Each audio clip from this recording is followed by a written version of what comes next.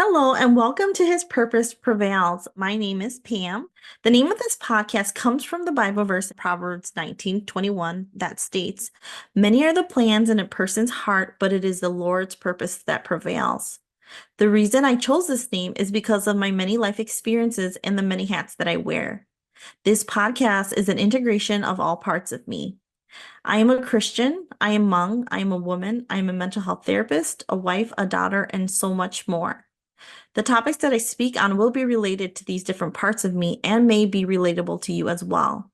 I invite you to join me as I and other speakers share our experiences, offer wisdom, messages of hope, or just a different perspective. I found that it does not matter what hat I wear, what I do, what hardship comes my way, the Lord can use it to give my life purpose. And in the end, it is His purpose that prevails.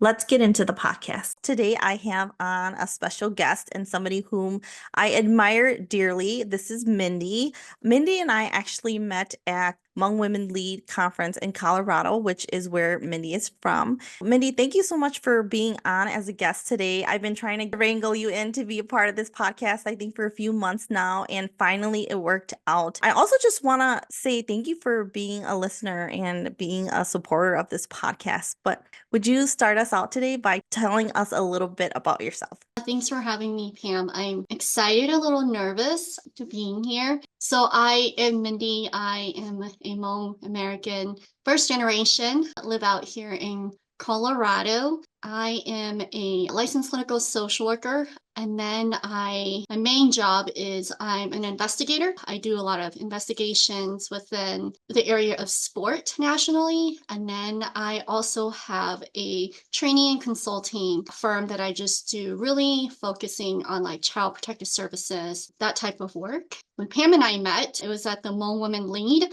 and I had facilitated a training on essentially child sexual abuse within the Hmong community, which is something that I am very passionate about in that field, working within a Hmong community. And I was letting Pam and a lot of the folks that attended, they were from like very heavily populated Hmong states. It's a lot easier for me being here in Colorado to have these type of training and discussions because there isn't a lot of Hmong folks that I work directly with, but having that knowledge working with other ethnic groups. So Pam and I met through that. And it was such a great event, wasn't it, Pam? Like Hmong Women Lead. We need another one. I am looking forward to the other one. I heard that it might be in Minnesota. I don't know, but that's closer to me. But I don't care where it is. I'm going to go. It's going to be a priority for me to go. But you're so right. We met so many beautiful, smart, intelligent, passionate women at that event. And I'm so happy I got to meet you. I just want to thank you for your work because I think the work that you do is very heavy. And I think that it takes a special person with a special heart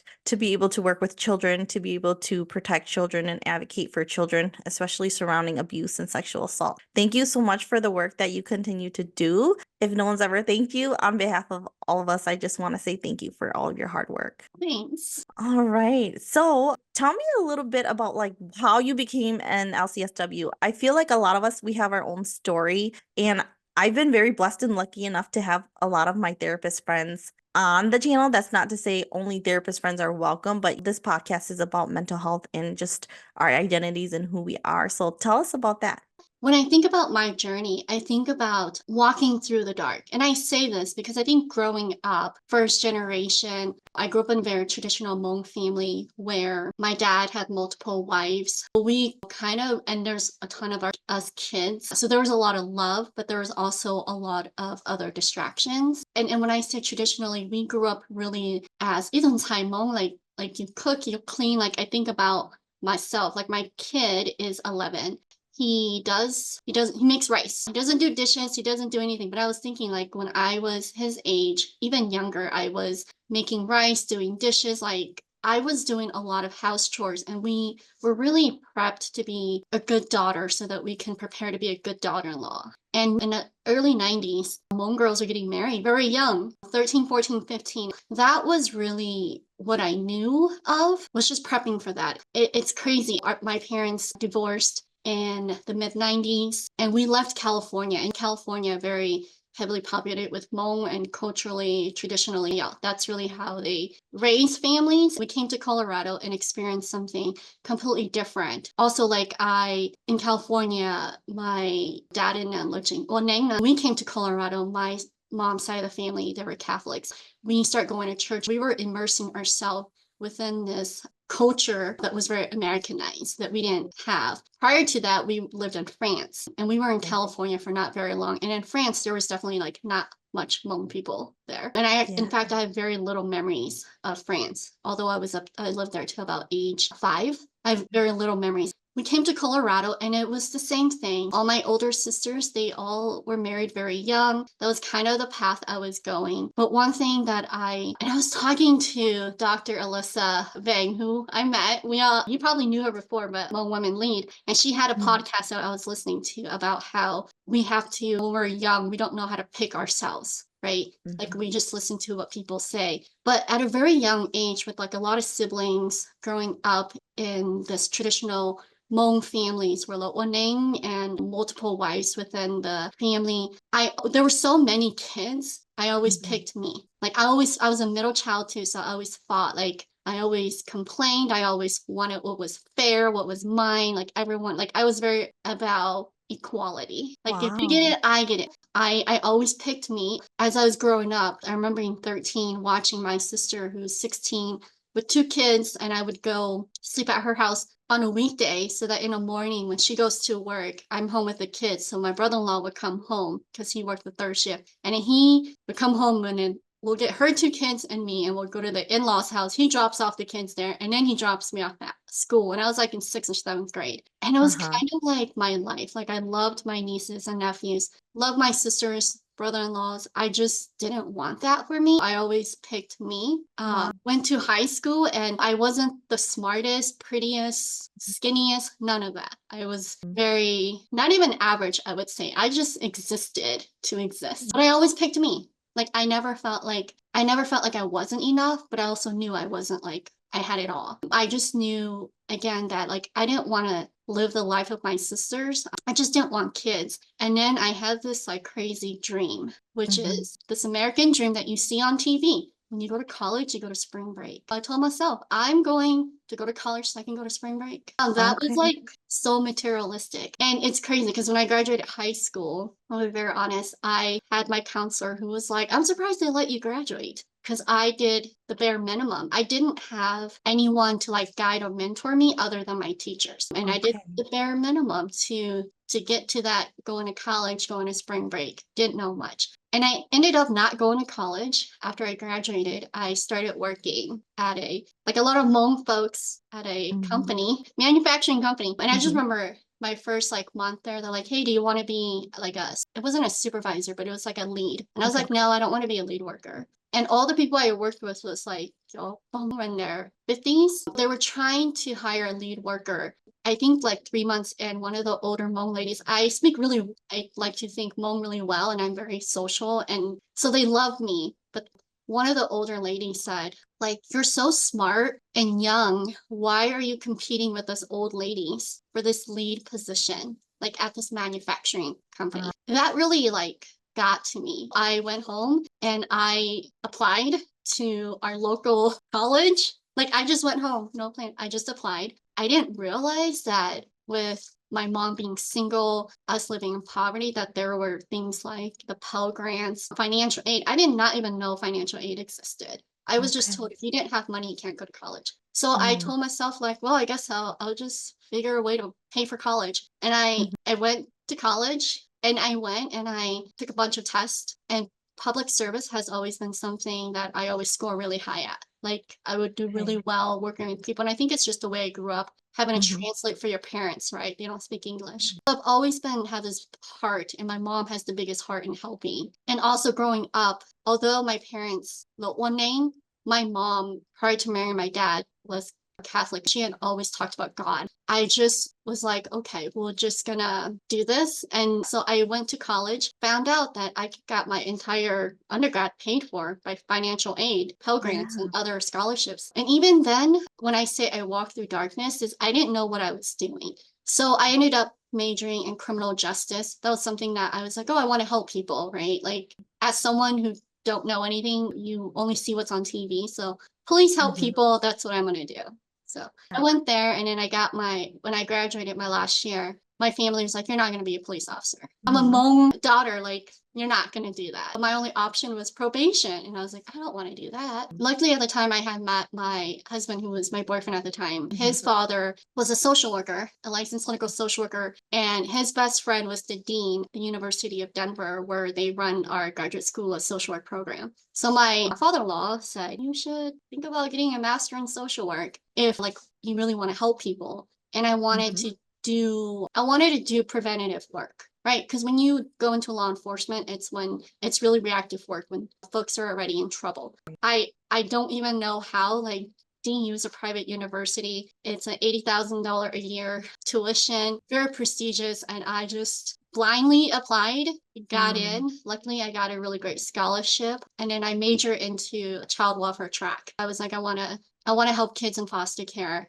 Just had Mm. some personal experiences with that. And then I got done, and I was like, I would never be an LCS because like in order to get supervision, I hate it. Mhm. You have to pay someone. I'm like, what? I'm like, we're trying to help people. Why can't we supervise one another and build a community? Okay. Although I worked in a field for over 10 years, I never got licensed just because I was like, I think it's just a way to make money. But then when I left the field of child protective services, with my experiences, I recognized that those 4 letters would get me very far. After I left, I got licensed. And that's kind of where my career has been in. So my career has been in really preventing child abuse and neglect, specializing in sexual abuse. So that's kind of my wheelhouse.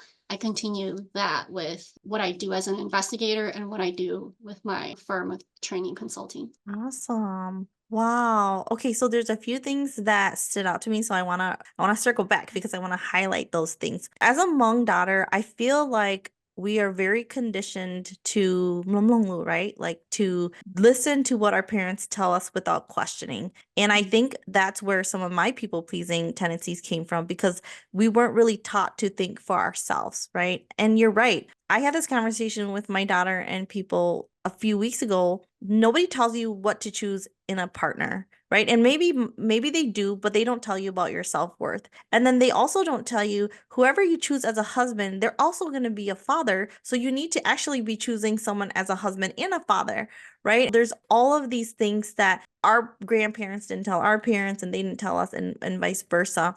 But you kept saying, I chose me, like I picked me. And I'm hearing that you're a natural fighter and advocate and you fight for causes that maybe other people would just stand on the sidelines. But like, what do you think it was in you that had this fight to just say, no, this is not fair. This is not like this is injustice. And I think you touched on it. We're taught as a Hmong daughter to listen and not say anything. And that was something that I fought. And I fought it in a way where it was just like it wasn't equal. Like all my sisters, they're beautiful. They are beautiful and they're light skinned. We talked a little about this at Hmong Women Lead, but like I was like I had big eyes. I was more tan than my sister. I wasn't like the like really skinny sister. I wasn't your average Hmong girl. I knew I was different. Something innately inside of me said, if I don't love me, no one's gonna love me. I already felt that. And when you have so many siblings and growing up, your parents don't tell you they love you. Food's there, but when there's 15 kids in a house, food's there, and if you want to eat, then come get your food. If they finish eating, then like I just learned that I had to survive, and it was Okay. very unstable growing up. That we didn't have that stability. Mm. Chaos kind of created this need for me to like speak up and like choose me, and very young, not even knowing that. And I didn't even recognize that until I was listening to the podcast by Dr. Alyssa Vang and her team. That I was like, wow, like I'm doing a lot of inner child work, but I want to find that event where I picked myself because that's really healing as Yes. I parent my own child. For Yeah. you, you said you were a people pleaser, right? Like with me, Mhm. it was like, well, there's something wrong with me, right? Like, Hmm. I feel alive when I'm in conflict with someone because I have attention. I feel very guilty about like setting boundaries. I'm a Hmm. very super achiever perfectionist. I didn't know that until like I think 7 years ago. My colleagues were like, "You are such a perfectionist." And I'm like, "Really?" You're like constantly like criticizing myself because I'm just those are like just the way it has shaped me as a child growing up in that environment. And again, it's part of that Hmong culture, right? Like you listen, you don't talk. I ended up on the other end, which was like, I'm gonna rebel and speak up. But I don't know that I would see it as rebel. I feel like my sister and I, we talked about this. Even though we grew up in the same environment, depending on our temperament and personality, if we are feeling threatened, we go into fight or flight, right? And there's also like freeze and fawn and all of these other ones. So for you to survive, in you were like, I need to fight. I Mhm. need to fight. But for me to feel safe, I froze. My sister and I, we both have people pleasing tendencies, but they show up differently, right? Mhm. For me, I was always like submit and people please and try to get approval and try not to rock the boat because there's already too much chaos. But then for you, you were like, no, I need to fight. This needs to be fair. There might not be food left, so I'm going to get my food before someone else takes it. That's how you survive. So I wouldn't call it rebellion. I would just say that that was your survival skill and it helped you, right? It got Right, you to yeah. where you needed to be. Those were like I would say culturally growing up in a Hmong families, I think everyone can agree we have coping mechanism and part of that culture of silence. All we can Hmm. resort to, like you said, is fight, flight, or freeze or fawn. And when we flight, right? That's why a lot of Hmong girls were getting married so young. That you had that or you had the freeze. And I fought back. And that was really how I responded. And it was because I was like, I need to love me. I need to pick me. Not Hmm. understanding that's what it is. Like as an adult now, I'm like, oh wow, I'm so glad I did that for myself. That's great. I think we all have a fighter and advocate within us, and I feel like it just comes out at different times. But you were really able to cultivate that part of you, and that is so amazing. That's so inspiring, and I hope that all the people watching can cultivate their advocate within them too. So I do. So one of my approaches with my clients is called internal family systems, IFS. If people have watched the Pixar film Inside Out 2. That's kind of like the idea a little bit about parts work. It's more in depth, but when I started doing parts work, I started to dive into like the inner child work, right? And I see how healing it can be for all of my clients. But tell me a little bit how you got into the inner child work and what's been very healing for you. I think my biggest personal growth in doing inner child work is being a parent. And I say this because, and I was talking to someone, I was talking to a friend of mine yesterday, Hmm. and how, as a Hmong woman or a Hmong daughter, right, there's the culture of silence, but also the culture of una, like you just Hmm. take it, and if Right. it'll hurt you, but it's not going to kill you. Even though life was painful at times, Hmm. we deal with it. We didn't show it, right? Whether that is fighting back, whether that is freezing, whether that is pleasing people, we take it and we say we can handle it because we will not die. We will deal with it. It's okay, right? It's okay that people are treating us this way, that people are mean to us, or that we're in pain. But when you have a child, it changes your perspective because you want to take all of that pain, all of the hurt, whatever it is that is negative, you want to take it upon yourself and you don't want your child to have to deal with it. Like racism, you can be racist towards me, say all the things you want because I doesn't bother me. But the minute you say Hmm. to my child, like, oh man, that'll break my heart. So I think Hmm. that's when my personal growth doing inner child work really came out was, and when you fight, the other thing when you Hmm. fight, when you advocate for yourself, is it's challenging for you to regulate your emotions. That's the thing, Right. is because you go from 0 to 10 because you're like, whoa, that's not fair. That's you're very vocal. I had to learn that my child is a reflection of me. How he has big emotions and his Hmm. behaviors are a reflection of how I present myself in front of him, the way how my husband and I communicate over disagreements or anything. And Hmm. I realized that really early on. And I also knew really early on, I always said this, I'm not going to marry my father. Every Mm. Hmong man that I dated, the minute that there was something within them, and I love my dad, I love him, Yeah. but I was like, I'm not marrying these traits. When I saw Yeah. it, I just was like, I'm not. I also knew as a parent, I told myself, because I'm very rigid, right? Mhm. Part of my trauma and how I am is being super type A, very rigid. I'm like, I'm not gonna marry those type of traits that my dad has. So I'm not marrying my dad. I also was like, I'm not gonna be that parent like my dad and my mom. They Mhm. parented very differently, but I'm not going to do that. Mhm. And I think with me is I totally agree that like just because you have a college degree does not make you smart. I agree with that. Like there are plenty of very smart people without degrees. But I think Right. what with me specifically is because I chose to go into criminal justice, I was able to do a lot of critical thinking and research, right? I have all these knowledge and resources that Mhm. I had access to and read about. And I worked in child protection for many, many years with families before I had my Mhm. own child. When I recognized how unhealthy it was to Mhm. not be able to regulate my emotions and that I didn't want my child to have the same struggles that I do because I feel a Mhm. lot of shame when I express emotions and I'm like I don't want that for my Mhm. child. And how do we do this? It started with having very open communication with my husband of like we have discussions because I want my son to see that every couple have discussions and there's a good way how to problem solve without yelling or fighting. That's really how it started like with my son is it's like I need to regulate my emotions. I need to be appropriately expressive. Started doing that around age 2 or 3 and he started kindergarten pretty young. So he would come Mhm. home with charts, the like green, yellow and red chart, right? And his teacher will Mhm. teach him like all right, like if you're feeling red, like you take a break. I started incorporating a lot of what he was bringing home and practicing it at home. And I worked in child protection, so I always needed to hone in my skills with talking with kids. So Mhm.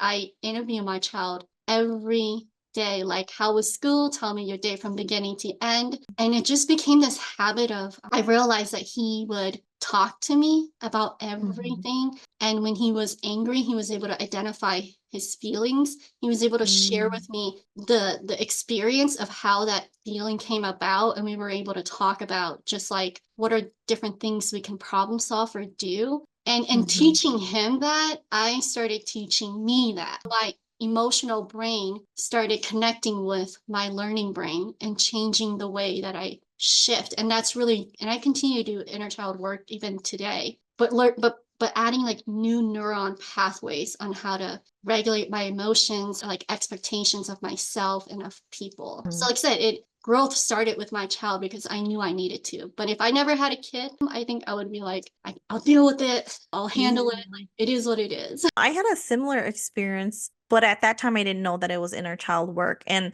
I think for me, and I've talked about this a lot on the podcast, so people are just going to need to hear it again because I think it's that important to repeat it. But growing up, Hmong people always say "Tukwa," right? Even at funerals, they'll say "Tukwa." For me, like when my parents said that, I never knew if it was like, oh, it hurts me to see you cry, so stop crying, or if it's like, stop crying, you're annoying. We don't have time for this. But I internalized it as crying was weak or it was a burden. I was a burden on people. Then I began to internalize a lot. And even now, till this day, it's very hard for me to cry. I had a brother die in 2015 and I could not cry. And then I had another brother pass in 2019 and I could not cry. I got a little teary eyed at my father's funeral last year, but it's almost like a dam because I've suppressed for so long that like even if I want to cry, even if I like watch sad movies, listen to sad songs, think about sad things, it's so hard for me. So I'm a little bit envious of people who can be one with their emotions and they just like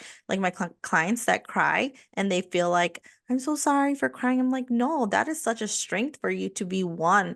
Growing up, when my kids would cry, I would do the same thing. And then my therapist was like, she was trying to talk to me about what my thoughts were about crying. And I started to see that what my parents did to me, I was doing to my kids. And I could not hold space for them to cry because it made me very uncomfortable because I was never allowed to cry. Crying is messy and it's a waste of time and you don't need to cry and it doesn't help anything, right? But I started to unlearn that and I started to give my kids a space to cry. And I remember posting on Facebook, there are things we can do and say when people cry other than stop crying, right? Then I started to validate my kids and in validating them, it was like I needed to go back and validate my younger self. I had to like sit with her And I had to like, it was like me visualizing and just being like, it's okay to cry. It hurts. And I know. And just sitting with myself. And I often tell my clients, usually what we're looking for from other people is what we want. Like,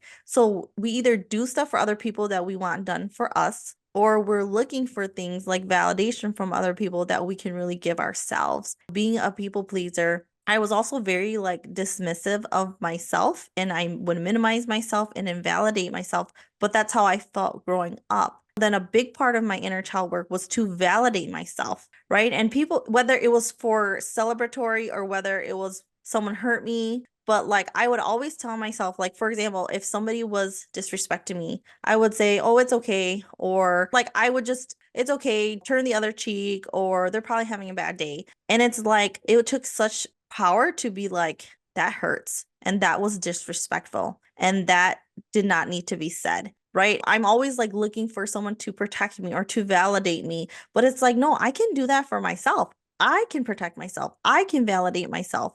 I think the my inner child invalidated that she didn't need other people to validate or fight for her. She needed me to. So I needed to go back and sit with her and get to know her and to apologize to her and to affirm her. Like she needed it from me. So that's a lot of my inner child work that I've been working on recently. I love it. But I love it. Two things, two thoughts. One, you and I are so opposite Mhm. because, like I said, you ended up on that spectrum of people pleasing, kind of shutting down. I ended up on the other spectrum where I express myself all the time, and Mhm. my inner child work is invalidating myself, and that it's okay to have these explosive emotions because I Mhm. had them, and I had to say you were feeling that way and you had them. And so I am a crier. My gosh. My family, they're like, you're such a crybaby. Like I cry. And my son happens to be like me. And Mhm. for a very long time, my husband is like, why does he always cry? Like he would say something, he'll come home and say, like, this kid was being mean to me, or the teacher said something, and he gets teary-eyed. And with me, I work from home, and I, like I said, I literally every day when he comes home, I talk to him. Like the thing he hates the most is when I ask him about his day. I have videos of him. He's like, Mom, one time. I'm only gonna tell you one time today what happened. I'm not telling you anything else. I can like pick up his tone of voice, the way he speaks. Like I can tell. And when he feels that way, then I pick up on it. And I was like, tell me more. Like, and my favorite thing with him. And then what happened? When I really get him to talk about it with my husband, he's like, why are you crying? Why do you cry so much? Just, I think like in the past 6 months, I told my husband, I say, and it's not that he wants to cry. He doesn't want to cry in front of me. He wants to be manly, like cool with you. He's Mhm. 11. He doesn't want to spend any time with me. He wants to be like his dad, but it really hurts his feelings. And talking to my husband about expressing that. And again, that's like even healing for me, and my husband recognizing that. And I'm not that I therapize my husband, my kid, but when you have your clinical hat on all the time, you're always assessing. I watch my husband when my son is teary-eyed or his voice change cracks a little bit. My husband validates him. And a lot of my healing work also had been that I went to graduate school, and over at DU in Colorado, okay, there's not a lot of Hmong people here. Not. So I was one of two Asians in my cohort at Mhm. DU, and all my colleagues were white women or men. And I built a really Mhm. good relationship with them. And they grew up culturally very different, where they were told they were loved and whatnot. And I had one friend, I remember there was like 7 of us that had kids all at the same time. We graduated Mhm. a year later, we all popped babies out, and we had each other for support for the first 2 years with parenting. And I knew I didn't Mhm. want to parent like my parents, but I didn't really know how to parent. I know how to tell people how to parent, but that's different. Telling people how to parent and parenting is different. And I remember my friend, her daughter had fell and hurt herself, and she picked up her daughter. And instead of saying, don't cry, which is what we're taught to say, or like, love, like, you're okay, right? Like, don't cry, you're okay, you're fine. Stop crying, you're fine. She picked up her Yeah. daughter and she said, oh, like, I know it hurts. Like, it hurts Mhm. so much. I know that. And I just watched her, and it feels so good and healing to me. Like, the mom didn't, like, my friend did not say anything. She just said, it hurts. I know. Where does it hurt? Oh, like that was such a Yeah. bad fall. And it just healed me. And it really, so I had these like really great friends that had, not that they are perfect families, but that type of parenting where they're validated and acknowledged. I was like, I felt so good. I want my child to feel that way.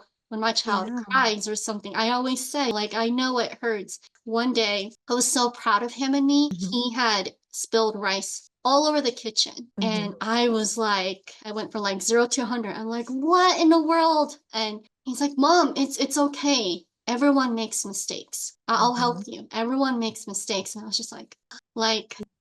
I and like no, like imagine our moms didn't say that to us. It was like, what? Like, and it was because they were surviving, right? Like they were just Yeah. surviving. They were just Right. parenting us to survive so that we survive and live for the next day. Sure. And there was food. It was just about us staying alive. Everything else was in a back Yeah. burner. And I understand that. But that's Mhm. why a lot of us has a lot of that's where generational trauma comes from, Mhm. right? Like one generation to the next generation. And we Hmong American parents were, most of us are first and second generations. And we have the opportunity to end that to where we can build connections. We can Right. communicate with our children. That's something that I practice and I preach, and that Mhm. I'm very passionate about working with not just the Hmong community, but the Asian American community, and that we can Yeah. end a lot of this generational traumas because we don't have to survive anymore. Right. You don't have to think about just food. You're not going to die today. We can Mhm. think about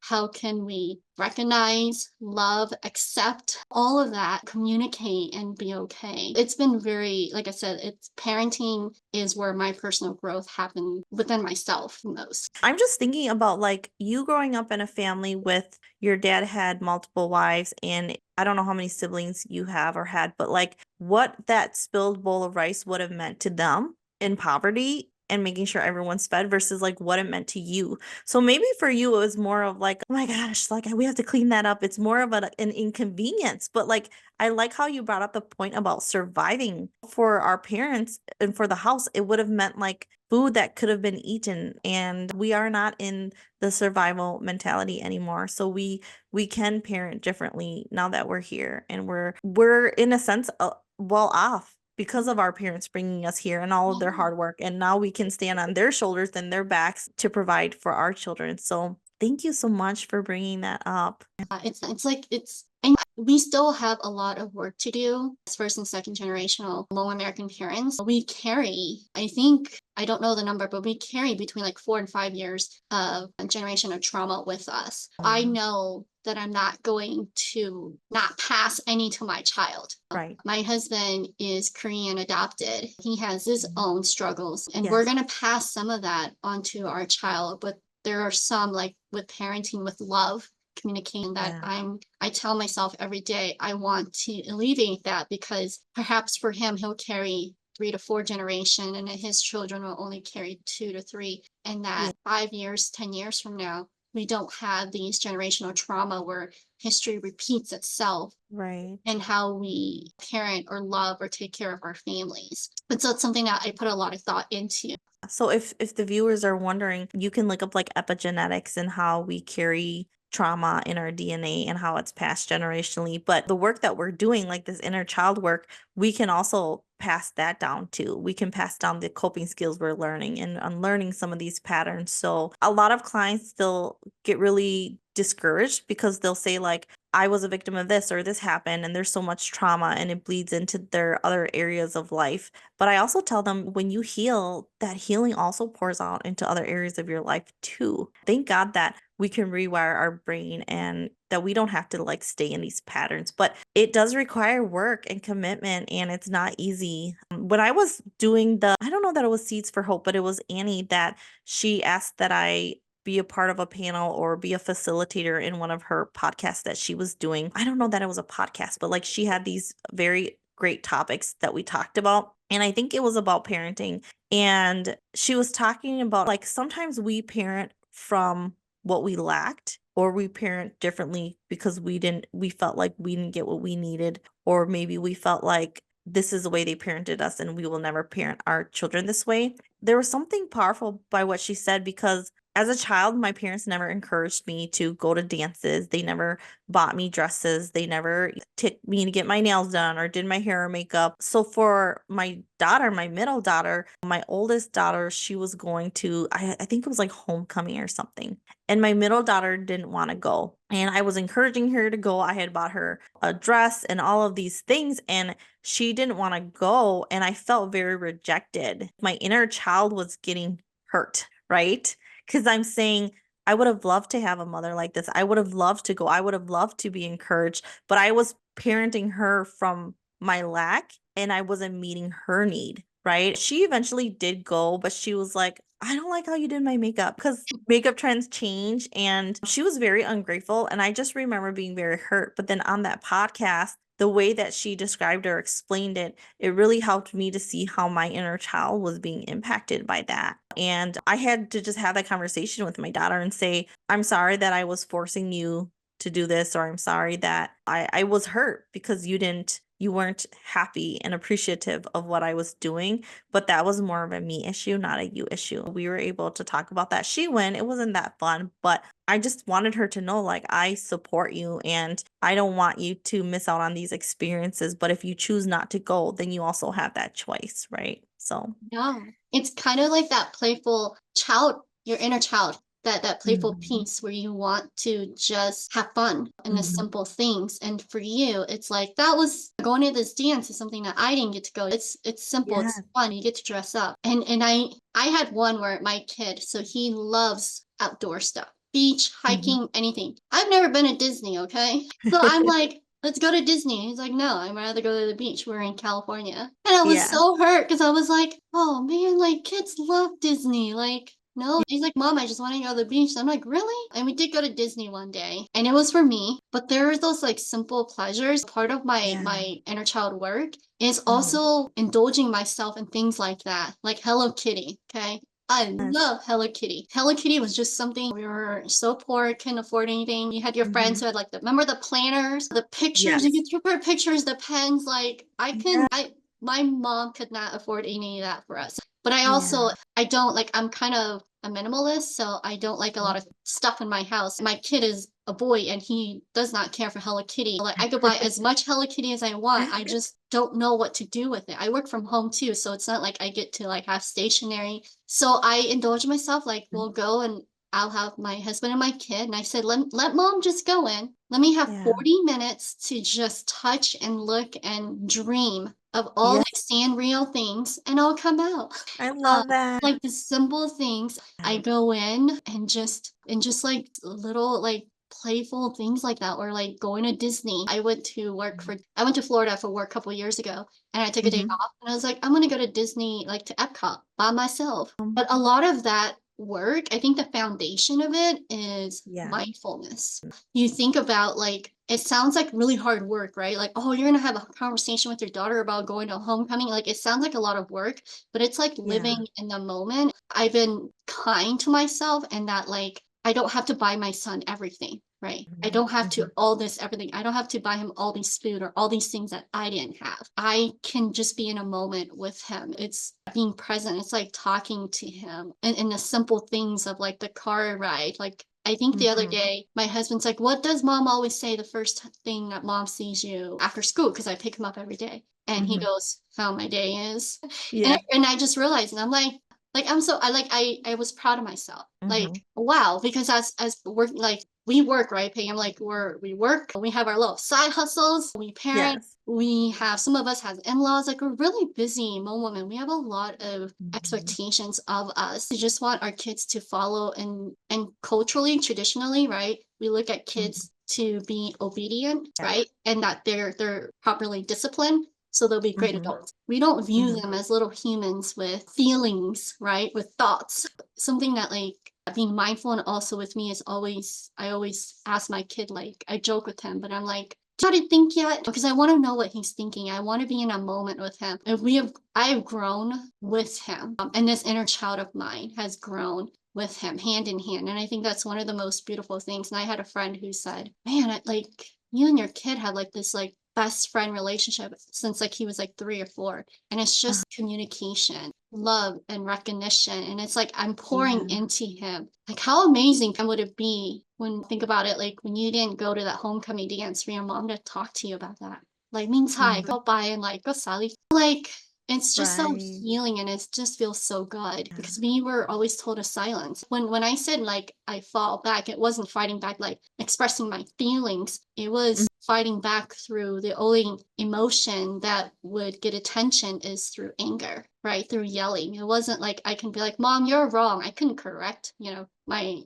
my parents. It was more like, that's not fair. It wasn't like this appropriate way to express my emotion too. It's kind of Mhm. so like parenting my kid, it's and my parents, my mom, and I shared this with you guys when I was at Lone Women Lead. I took my kid out to dinner with my mom and my side of the family. And he Mhm. was probably around 8 at the time. And they brought the menu item over, and the waitress came and said, "Oh, what would you like to drink?" And Mhm. all the kids didn't say anything. They only let their parents talk. And my Mhm. child goes, "Well, what's on a menu?" And Mhm. my mom's like, "Oh, because my son is half Hmong, half Korean." And mom's like, "I mean, like he has such a big Mhm. mouth."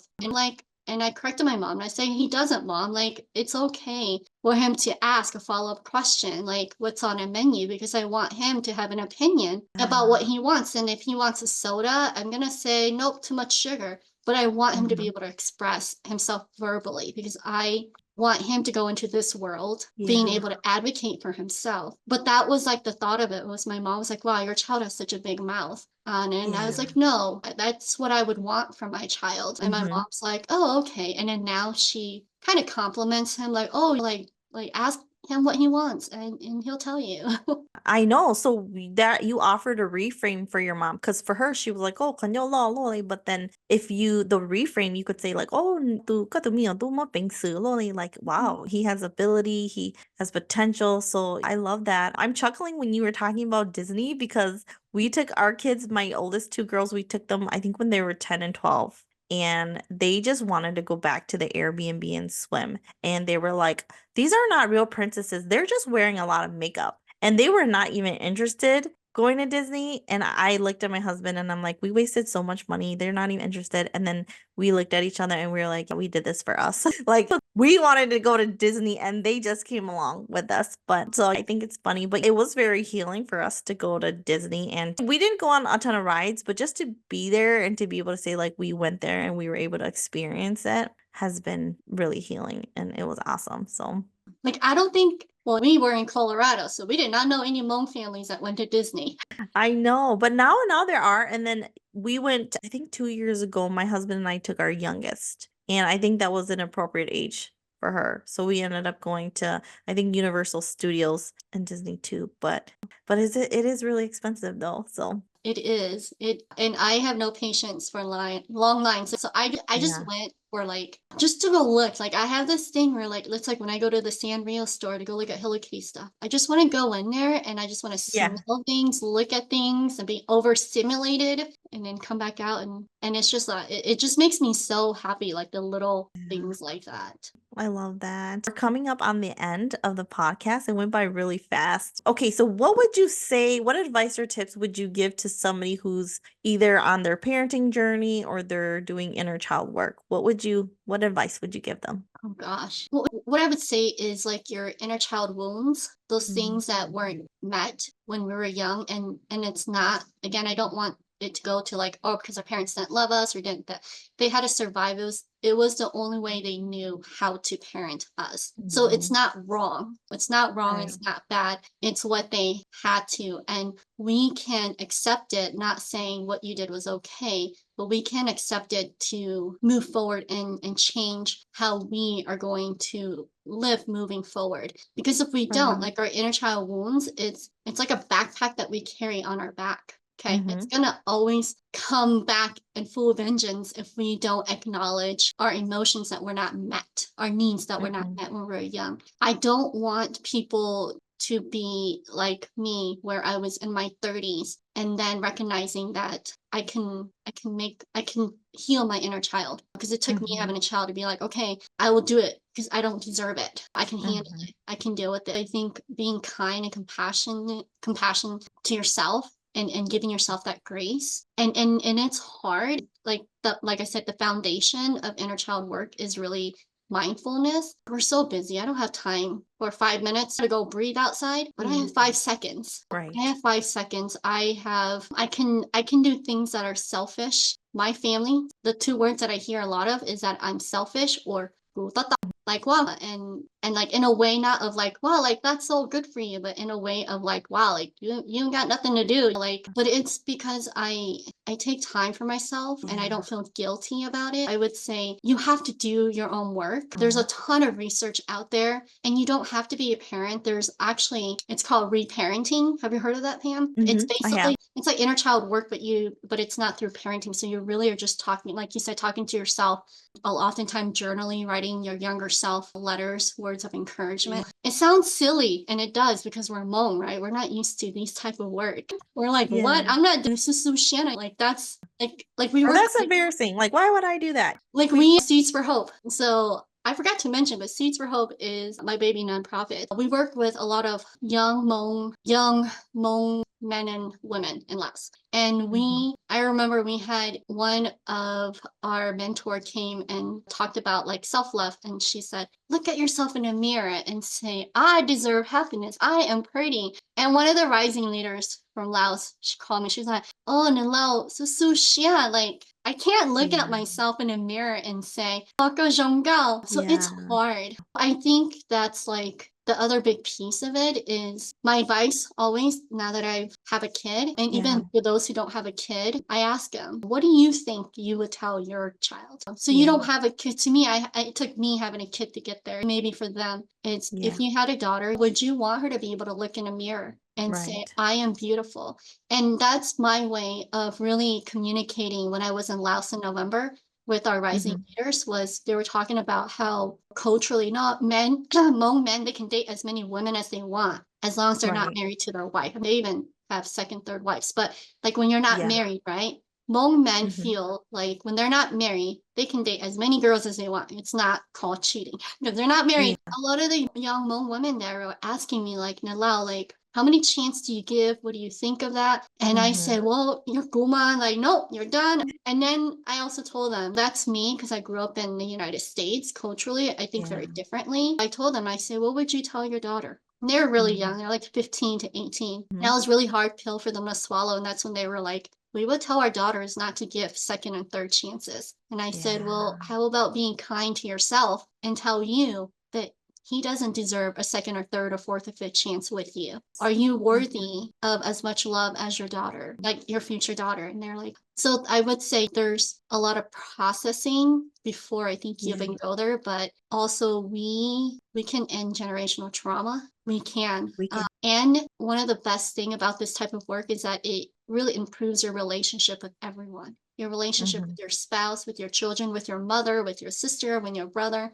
with your coworker. Like you said, it bleeds into other areas of your life. So when you do this type of work, it's not only going to benefit you, it's going to benefit you and everyone around you. That's so good. Thank you. I see a lot of my clients, they often operate from their childhood wounds, right? And there'll be a theme. This person doesn't listen, and this person doesn't listen, this person doesn't listen. And I'm like, do you listen to yourself? Do you validate yourself? Right? You're always looking for someone to do something, but maybe you need to sit with yourself, your inner child, and be like, you're right, that did hurt. Or we want to be heard, we want to be seen, we want to be understood. But how much more powerful can that be when we sit with ourselves and do that for ourselves? And I think you're right. I do have some clients who they can't like talk nicely to themselves. I'll be like, okay, just get a picture of your younger self. And even that, they're like, I don't know what to say to her. But you're right. If you can relate it to like a child or a loved one, then they can externalize it and be like, I would never say that to her, or I'm mama bear, I'm gonna fight for her, right? You're right. Like, why don't we give ourselves the same sort of grace and respect and love? That's what I had to do to my younger self. Is I was really sad because I didn't have any infant pictures of myself to compare like my girls, because I have 3 girls and I wanted to see which one looked like me. But I took pictures of myself, maybe like 6, 7, 8, and I just looked at her and I just said to her, like, you're beautiful and you're smart and you're kind and you're sensitive. And I just sat with her.